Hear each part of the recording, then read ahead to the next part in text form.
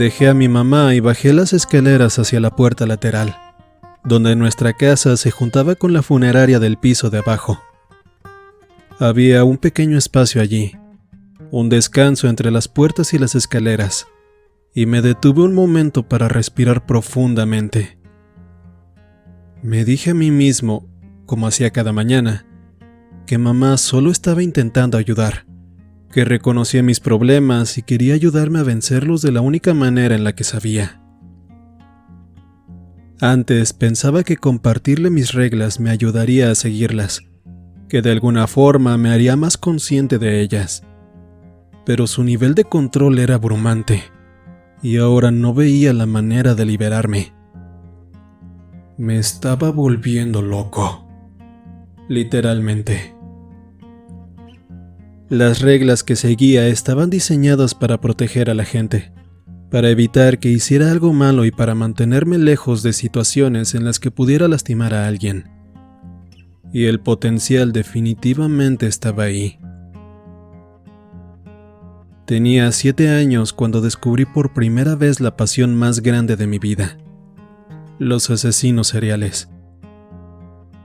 No me gustaba lo que hacían, obviamente. Sabía que estaban mal, pero me fascinaba la manera en que lo hacían y sus porqués. Lo que más me intrigaba no era cuán diferentes parecían ser, sino cuán similares eran, tanto entre ellos como con respecto a mí. Mientras más leía y más aprendía, empecé a apuntar todas las señales de advertencia en mi cabeza. Enuresis crónica, mojar la cama, piromanía, crueldad animal, alto cociente intelectual con bajas calificaciones, infancias solitarias con pocos amigos o ninguno, tensas relaciones parentales y vidas familiares disfuncionales. Estos rasgos, junto con una docena más, son predictores de comportamientos en asesinos seriales, y yo tenía cada uno de ellos. Fue muy impactante el darme cuenta de que las únicas personas con las que podía identificarme eran asesinos psicópatas. El problema con los predictores es que nunca están escritos en piedra. La mayoría de los asesinos seriales mostraron estos signos de niños, pero la mayoría de los niños que muestran estos signos nunca se convierten en asesinos seriales. Es un proceso de varios pasos que tienes que atravesar. Requiere moverse de una mala decisión a otra, hacer un poco más y luego llevarlo un poco más lejos, hasta que finalmente te descubren en un sótano lleno de cadáveres y un santuario hecho de cráneos. Cuando mi papá se fue y yo estaba tan enojado que quería matar a todos mis conocidos, decidí que ese era el momento indicado de hacer algo conmigo mismo. Entonces, me puse reglas para ser tan normal, feliz y pacífico como fuera posible. Muchas de las reglas se escribieron solas. No lastimar animales, no lastimar personas, no amenazar animales o personas, no pegar o patear nada. Conforme fui creciendo y me entendí mejor, empecé a hacer reglas más específicas y fue necesario acompañarlas de autocastigos. Si quiero lastimar a alguien, tengo que halagarlo. Si empiezo a obsesionarme con una persona específica, tengo que ignorarla el resto de la semana. Reglas como esas me ayudaban a expulsar pensamientos oscuros y evitar situaciones peligrosas. Cuando llegué a la adolescencia, todo mi mundo cambió y mis reglas tuvieron que cambiar también para mantenerse al día. A las niñas de la escuela les crecieron las caderas y los senos, y de repente mis pesadillas ya no eran de hombres mayores gritando, sino de mujeres jóvenes gritando. Entonces instauré una nueva regla: no le veas los senos a nadie. Pero he descubierto que es más fácil simplemente no mirar en absoluto a las chicas. Lo que nos lleva al caso de Brooke. Brooke Watson es la niña más bonita de toda la escuela. Es de mi edad, vive a 2 casas de la mía y puedo distinguir su aroma en medio de una multitud. Tiene el pelo largo y rubio, usa frenos y tiene una sonrisa tan brillante que me hace preguntarme por qué las otras chicas se molestan siquiera en sonreír. Sé su horario de clases, su cumpleaños, su contraseña del correo electrónico y su número de seguridad social, ninguno de los cuales tendría por qué saber. Tengo reglas antiacoso que deberían haberme impedido saber todo eso, o siquiera pensar en ella en absoluto. Pero Brooke es un caso especial. La cuestión es que mis reglas están diseñadas para mantener al señor monstruo dentro, pero tienen el brutal efecto secundario de mantener fuera a todos los demás. Alguien que se obliga a sí mismo a ignorar a las personas tan pronto como comienza a conocerlas es alguien que no va a hacer muchos amigos. Antes solía estar bien con eso, feliz de ignorar al mundo y mantenerme lejos de cualquier tentación. Pero mamá tiene otras ideas, y ahora que se ha involucrado de forma activa en mi sociopatía me está llevando a situaciones que no estoy seguro de cómo manejar.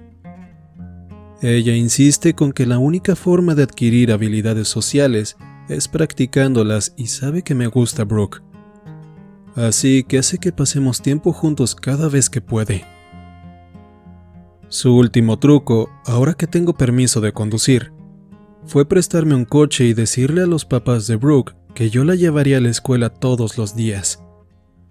Ellos pensaron que era una gran idea, en parte porque la parada de autobús más cercana está a 8 cuadras de distancia, pero sobre todo porque no saben cuántas veces a la semana sueño con embalsamar a su hija. Saqué mis llaves y salí en dirección al coche. Mamá había comprado el coche más barato que pudo encontrar para que yo lo usara.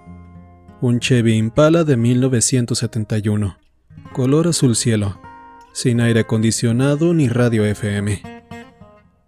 Estaba construido como un tanque, pero se lo trataba como si fuera un barco de crucero. Y supongo que si lo fundieras podrías hacer por lo menos 3 Civics Honda. Pero no me quejaba. Estaba bien tener un coche. Brooke salió de su casa antes de que yo tuviera la oportunidad siquiera de encender el coche. Siempre había querido conducir a su casa a recogerla. Me parecía que era lo más educado, pero cada mañana me escuchaba encender el motor y me alcanzaba a la mitad. «Buenos días, John», saludó, subiéndose del lado del pasajero. No volteé a mirarla. «Buenos días, Brooke», contesté. «¿Estás lista?» «Todo listo». Puse en marcha el coche y aceleré, manteniendo los ojos cuidadosamente sobre el camino. No me volví a verla hasta que me detuve en la esquina al final de la cuadra y alcancé a echar un breve vistazo mientras revisaba que no pasara ningún coche.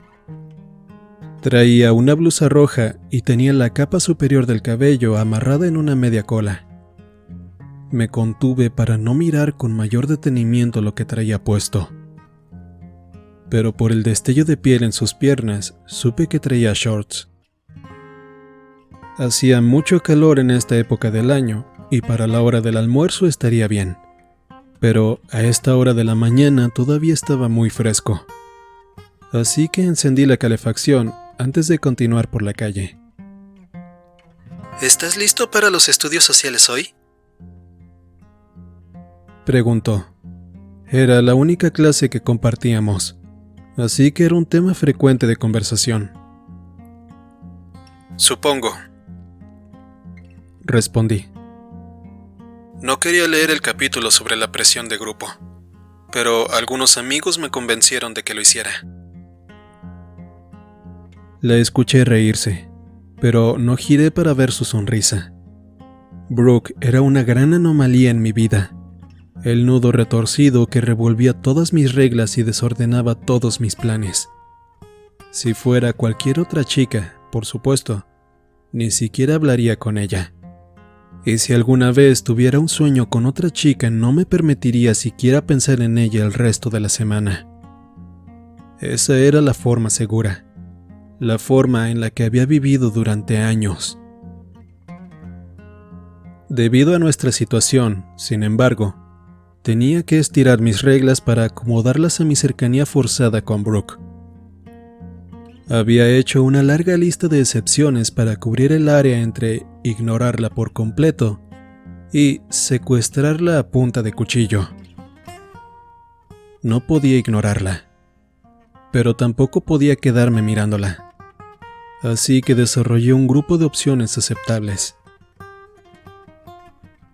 Podía decir su nombre una vez, en la mañana cuando se subiera al coche.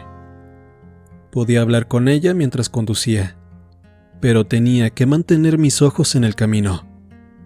En la escuela podía mirarla 3 veces durante la clase y hablar una vez con ella durante el almuerzo. Pero eso era todo.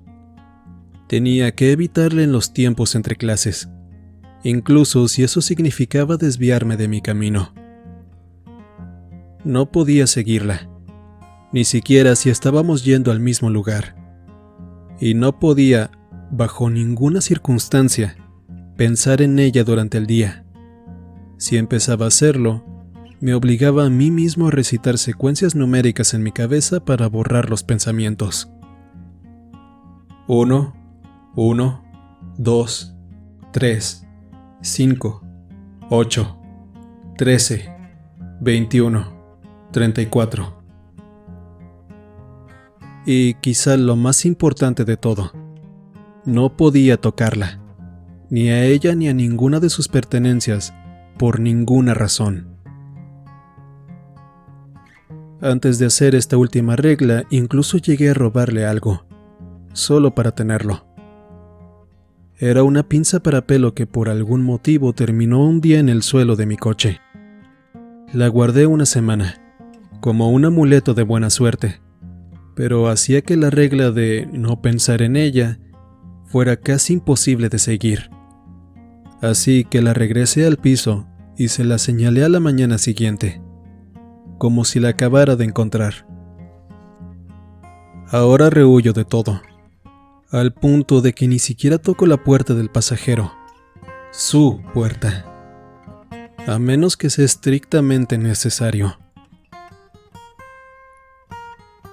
¿Nunca te pasa por la cabeza que pudiera volver?, preguntó Brooke repentinamente, interrumpiendo mis pensamientos. ¿Quién? El asesino, dijo. Su voz era distante y pensativa. Actuamos como si se hubiera ido solo porque no ha atacado a nadie en meses, pero aún no lo encontraron. Todavía está allá afuera, en alguna parte, y sigue siendo malo. Usualmente Brooke evitaba hablar del asesino. Odiaba hasta pensar en el tema. Algo debía de estar molestándole como para que estuviera hablando de eso ahora. Podría seguir allá afuera, respondí. Algunos asesinos seriales pueden esperar años enteros entre un ataque y otro, como Dennis Rader, pero usualmente son un tipo diferente de asesino. Nuestro asesino era... Casi volteó a mirarla, pero me detuve y miré el camino. Tenía que ser cuidadoso de no asustarla. Por lo general, la gente se perturba cuando se da cuenta de lo mucho que sé de asesinos seriales. Incluso el agente Foreman se sorprendió en las primeras entrevistas. Él era un criminólogo dedicado a hacer perfiles de asesinos, y sin embargo yo había leído un ensayo de Edward Kemper del que él nunca había escuchado. No sé, dije. Es difícil pensar en eso. Es difícil, repitió Brooke. No me gusta pensar en eso, pero con la señora Crowley tan cerca, es difícil de olvidar. Debe sentirse muy sola. Revisé el punto ciego del coche justo a tiempo para cruzar miradas con Brooke. ¿Nunca tienes pesadillas al respecto?, No realmente. Dije, pero no era cierto. Tenía pesadillas al respecto prácticamente todas las noches. Era la razón principal por la que odiaba dormir. Un minuto estaba cabeceando, luchando para llenar mi mente con pensamientos felices, y al siguiente estaba dentro de la casa de Crowley, golpeando a la señora Crowley con un reloj. Tenía pesadillas en la que me encontraba el Dr. Nevlin, mi terapeuta, muerto en la entrada de los Crowley, y tenía pesadillas con el señor Crowley, el mismo asesino de Clayton, transformado inexplicablemente en un demonio, acuchillando y matando un largo desfile de víctimas antes de finalmente ir a buscarnos a mamá y a mí. Lo había matado, pero eso solo empeoraba las pesadillas. La mayoría de ellas trataban sobre cuánto disfrutaba matar y cuánto quería volver a hacerlo. Eso era mucho más aterrador. No puedo imaginar lo que debió de haber sido para ti encontrarte con ese tipo, agregó Brooke. Creo que yo no hubiera podido hacer lo que tú hiciste. ¿Qué fue lo que hice? ¿Sabía que había matado al demonio? ¿Cómo? Tratar de salvar a Nevlin, respondió Brooke. Yo simplemente me hubiera echado a correr. Ah, sí. Claro, no estaba pensando en asesinar. Estaba pensando en salvar. Brooke siempre le veía el lado positivo a todo. No estaba seguro de que yo tuviera un lado positivo, pero a su lado podía pretender que sí. No pienses demasiado en eso, le contesté, entrando al estacionamiento de la escuela. Estoy seguro de que tú hubieras hecho lo mismo, y probablemente lo habrías hecho mejor. Además, recuerda que ni siquiera lo salvé. Pero lo intentaste. Estoy seguro de que él aprecia el esfuerzo, dije, y estacioné en un lugar suficientemente grande para mi coche gigante. Era gracioso, en realidad. Esta cosa probablemente pesaba más que el 99% de los vehículos ahí, aun cuando la mitad de los estudiantes llevaban camionetas. Bueno, ya llegamos. Brooke abrió la puerta y salió del coche. Gracias por traerme. Te veré en estudios sociales, dijo y se echó a correr para reunirse con una amiga. Me permití seguirlo un momento con la mirada mientras se alejaba, corriendo hacia su amiga en su camino hacia el edificio de la escuela. Era preciosa. Y estaba mucho mejor sin mí en su vida.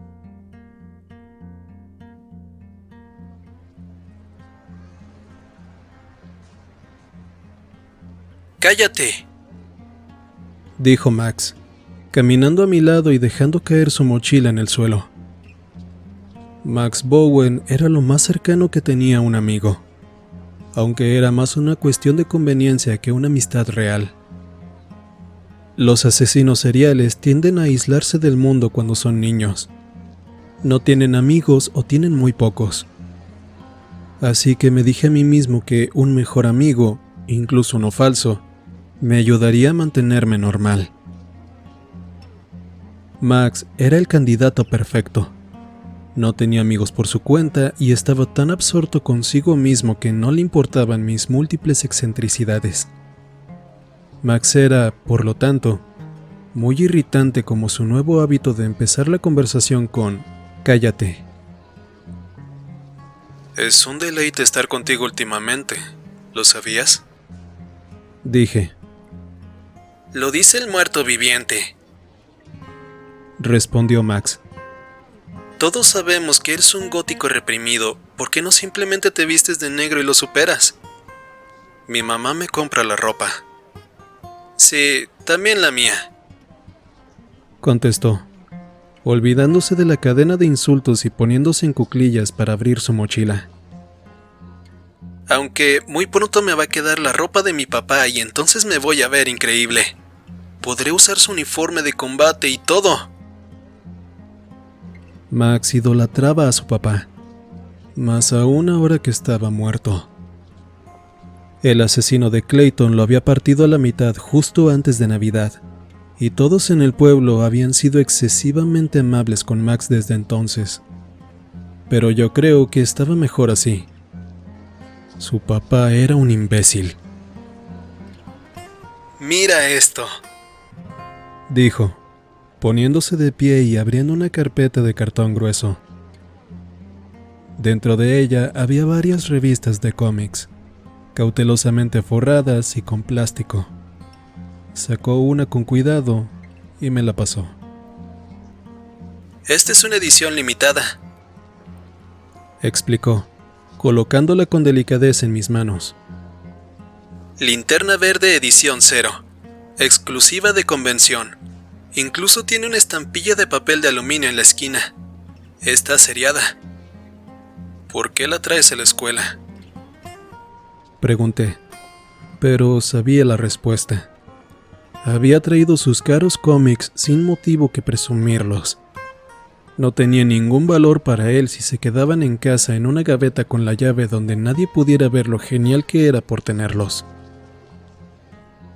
«¿Qué es eso?», preguntó Rob Anders, deteniéndose junto a nosotros. Suspiré. Aquí vamos otra vez. Esto pasaba casi todos los días. Rob se burlaba de Max y yo me burlaría de Rob. Él me amenazaría y luego iríamos a clase. A veces me preguntaba si yo lo molestaba a propósito solo para sentir la emoción del peligro otra vez, para sentir una probada del terror absoluto que había sentido en el invierno. Pero Rob no era un asesino y definitivamente no era un demonio. Sus amenazas eran superficiales y huecas. Era un chico de 16 años. Por el amor de Dios, ¿qué me iba a hacer? «Buenos días, Rob», saludé. «Siempre es bueno verte». El señor monstruo quería desesperadamente apuñalarlo. «No estaba hablando contigo, fenómeno», dijo Rob. «Estaba hablando con tu novio. Es un cómic que vale más que cualquiera de tus cosas», contestó Max, y lo quitó de su vista, protegiéndolo. Max siempre sabía decir exactamente lo que no tenía que decir. «Déjame ver», ordenó Rob, y estiró la mano para tomar la revista. Max al menos fue lo suficientemente listo como para no resistirse, y lo soltó inmediatamente. «Tómalo con cuidado», dijo Max. «No lo arrugues». «Linterna Verde», leyó Rob, sosteniéndolo enfrente de él. Su voz ahora era diferente, más deliberada de lo normal, y ligeramente más dramática. Había aprendido por experiencia que una voz como esa significaba que quien la usaba se estaba burlando de algo. «¿Es con él con quien sueñas en las noches, Max? ¿Con el gran Linterna Verde de ensueño escabulléndose en tu habitación? ¿No sabes hablar de otra cosa que no sea de homosexualidad?», le pregunté. Sabía que no debía confrontarlo, pero Rob nunca me hacía nada a mí, solo a Max. Creo que seguía teniéndome miedo después del incidente de Halloween.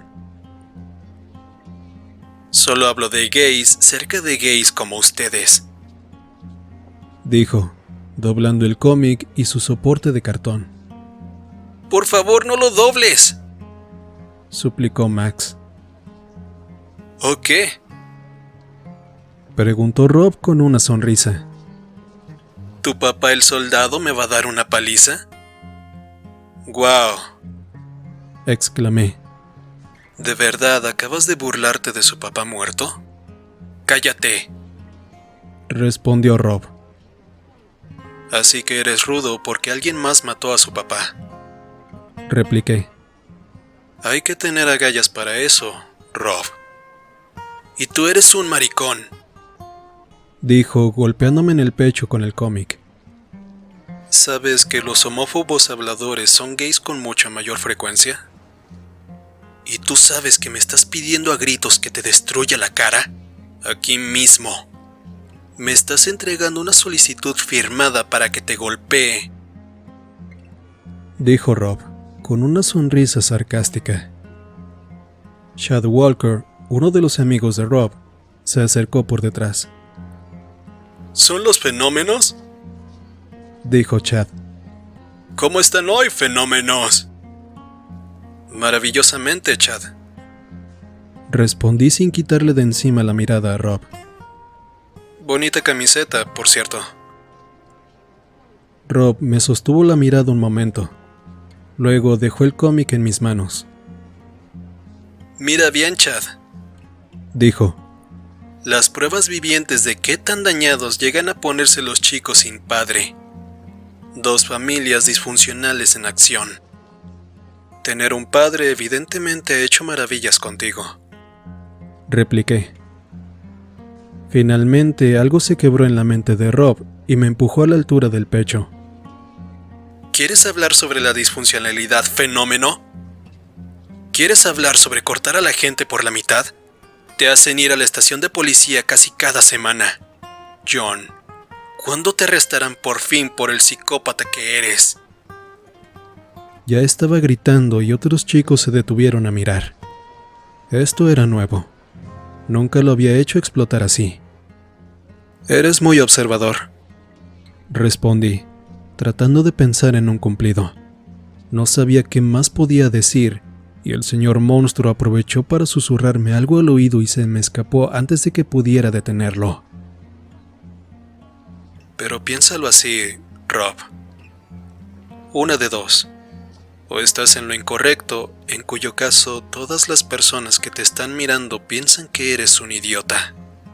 O estás en lo correcto, en cuyo caso estás amenazando físicamente a un asesino peligroso. En cualquiera de los casos, no parece ser una movida muy inteligente. ¿Me estás amenazando, fenómeno? Escucha, Rob, dije. Tú no das miedo. He sentido miedo antes, real y genuino miedo. Y tú no estás ni remotamente cerca de competir en la misma liga. ¿Por qué tenemos que pasar por esto todos los días? ¿Tienes miedo de ser descubierto?, contestó Rob. Tenemos que irnos a clase, interrumpió Chad, llevándose a Rob. Por sus ojos pude saber que estaba preocupado, que Rob había ido demasiado lejos, o tal vez yo. Rob dio un paso atrás, me hizo una grosería con el dedo y se alejó con Chad. Le regresé el cómic a Max y él analizó cuidadosamente el daño. Uno de estos días va a romper uno, dijo Max. Y entonces yo lo voy a demandar por daños. Según mi papá, esas cosas valen como cientos de dólares. Un día de estos vas a dejar tus cómics de cientos de dólares en tu casa donde él no pueda romperlos, le contesté, enojado con él por atraer la atención de Rob.